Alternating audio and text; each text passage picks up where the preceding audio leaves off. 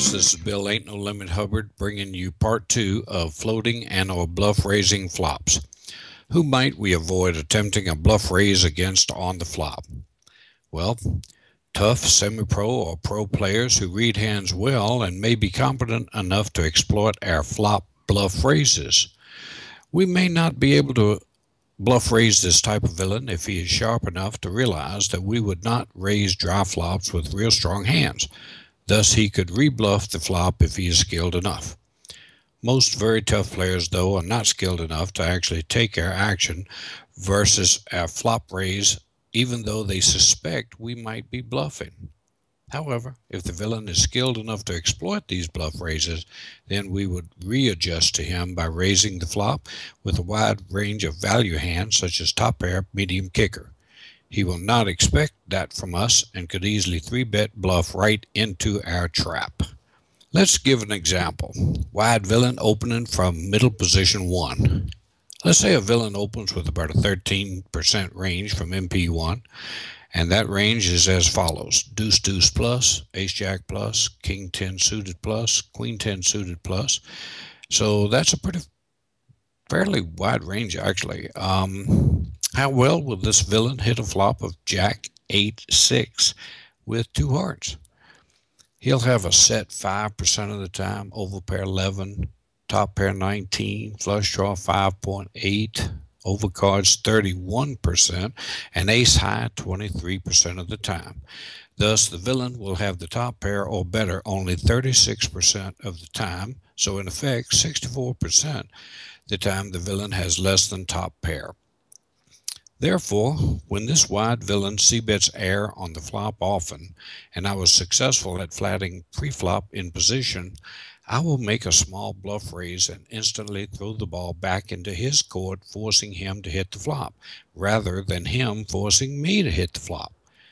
Basically, I'm taking the initiative back from him post-flop instead of taking the initiative from him pre-flop with the 3-bet. This is really important since it's very hard to hit a flop in real time at no limit hold'em, and the only person that can win without a hand is the player with initiative, making the bet, that is. Example 2, wide villain opening from the cutoff. And what about if the villain is much wider, as in if the villain open raises the cutoff with an aggressive range, say 22.5%, which is roughly what I myself would open with. This range is deuces plus, ace 9 offsuit plus, king 10 offsuit, queen 10 offsuit, 10-9 suited plus, queen 8 suited plus, king 7 suited plus, and ace deuce suited plus. How well will this villain hit a flop of jack 8-6 with 2 hearts? Now we're going to do a comparison. The late open is 3% versus 5. Overpair 6% versus overpair 11. Top pair 15 versus top pair 19. Flush draw 7 versus flush draw 5.